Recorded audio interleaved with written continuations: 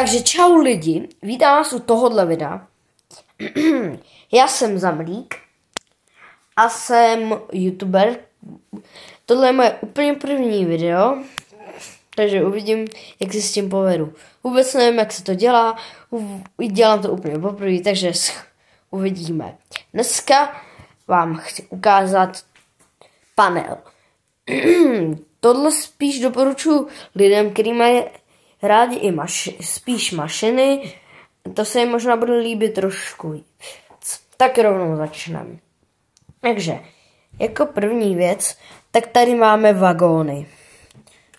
Tady máme krabici vagónů, ještě jich máme několik. Potom tady máme mašiny.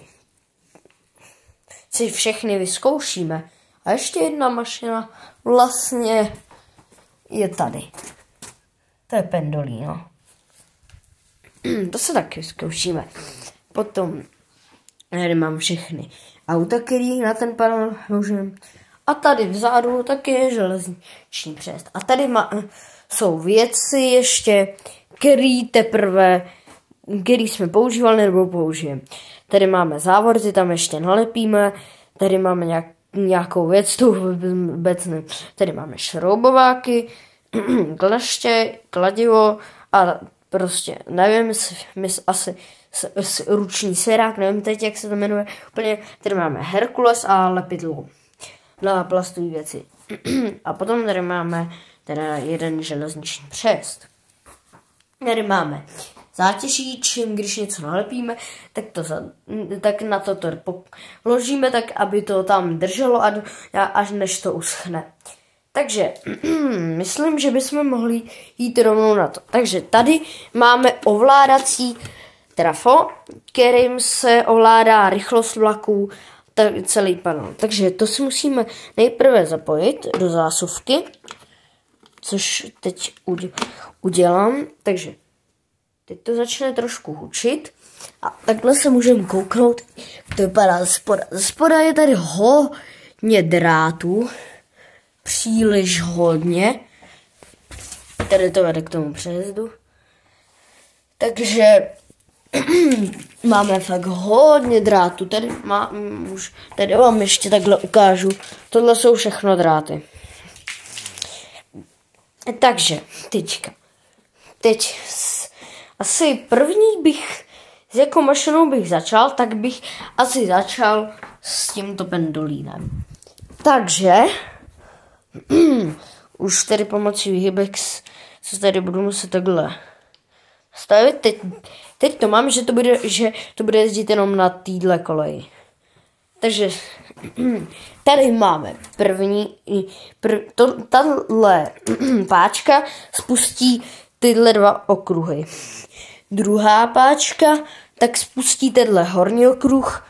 Třetí páčka tak spustí domeček pro pendolino.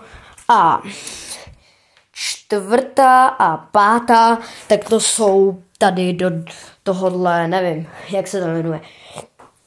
Takže jdem vyzkoušet to pendolino, takže asi budeme muset udělat magický lusk, aby se nám tady objevilo.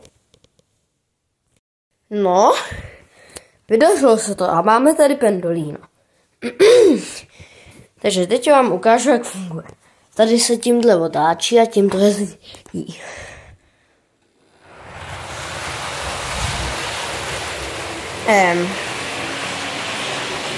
Tímhle se sklápějí závory.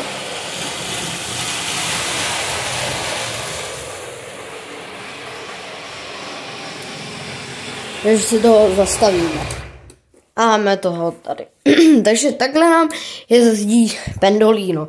Takže asi bychom ho zase už mohli uklidit a vyzkoušíme si jiné mašiny, protože máme jich tady opravdu hodně.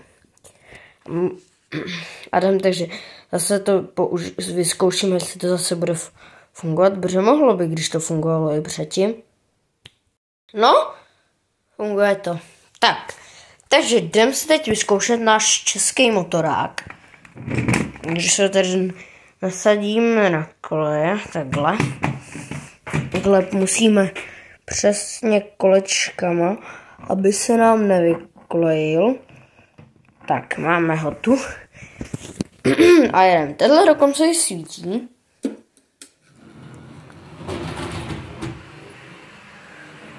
Je nádherný. Si můžeme sklopit přes.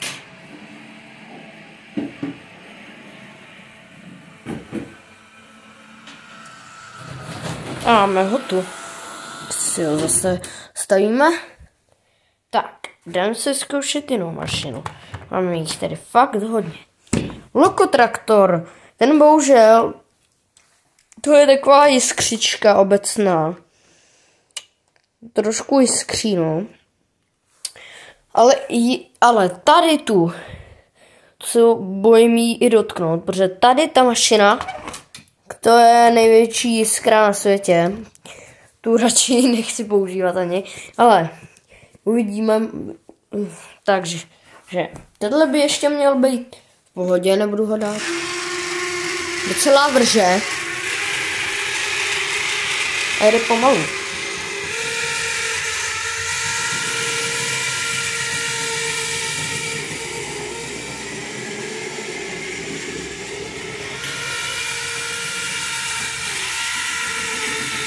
Takže zase si ho zastavíme. Takže lokotraktor bychom měli. Tam tady máme nějakou, nevím co za mašinu. nějakou zelenou. Što se tak... Nejhůř se tak nadávají ty mašiny, který mají fakt hrozně moc kol. Což s tím pendolínem, který je tady v domečku, který je hodně dlouhý, tak teda byla fuška ho sem dát, no. Takže jdem na to. Takže jdem si to zapnout.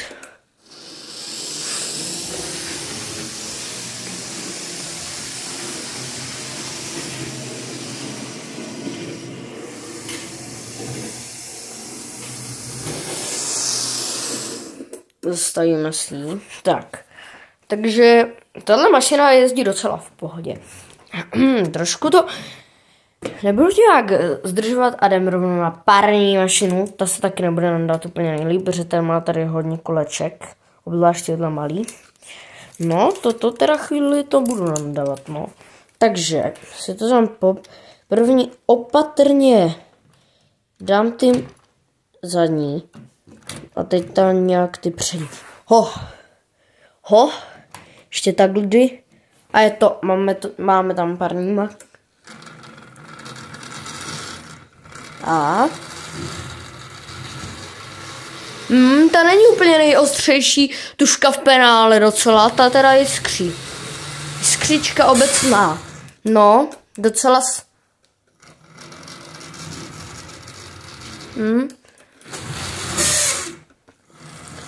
Nahoru, tak vypadá to, že parní mašinu si úplně nepustíme, protože možná to někdy jde i vidět, že to jiskříme. To jiskří trošku. No, tam, když jste mohli vidět, že pod tímhle kolečkem se objevily menší jiskry. Což když jsem to pouštěl trošku víc, tak to byla teda pecka. No, takže parní mašina se funguje, ale jiskří, no. Tohle si když tak necháme nakonec, takže tahle jezdí nádherně, i když jí tady chybí 2 kolečka. Tak jinak jezdí hrozně pěkně, takže si ji tady opět nandáme. Fakt jezdí hrozně hezky. A já jsem ji nandal opačně, protože mi tam nesedí. Obráceně patří, no. Do háje. Tak, máme to. Máme tady mašinu a jdem. Co nám jde?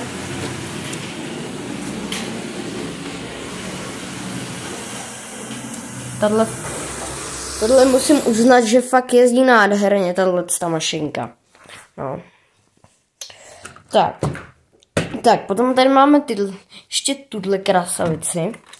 Ta taky není úplně nejhorší, ale není, no, parní mašina a tam možná i nejhorší je parní mašina, ale tu se nějak tak nebojím používat, protože ta je taková vklidná, takže jdem.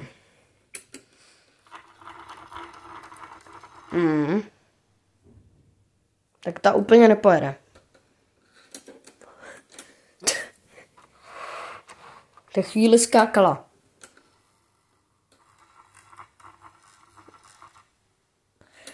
Co s ní je? Ona normálně v ně chvíli hrozně divně jela a potom se vypne. Tak tu úplně asi nepoužijem. No, tak tuhle vyřaduju.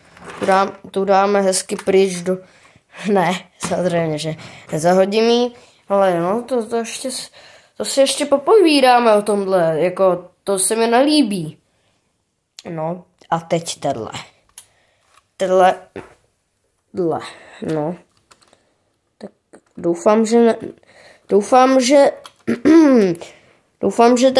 doufám, že nám nevybouchne barák. To by nebylo úplně nejlepší. No, tak jdem.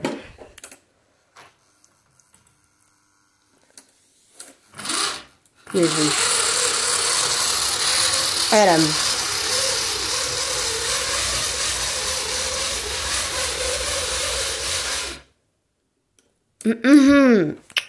Jak bych to řekl? Musím uznat, že je hodně podobná tam tý bílý, ale furt je jezdí, no. Takže tyhle dvě mašiny, tak si dáme takhle. Tyhle jsou lepší, jak tyhle dvě. Ty jezdí hůř až na parní, no, tu bych dal někam mezi. Protože ta jakoby jezdí, ale docela jiskří, takže tu bych dal někam mezi tím. Co tady vypadlo?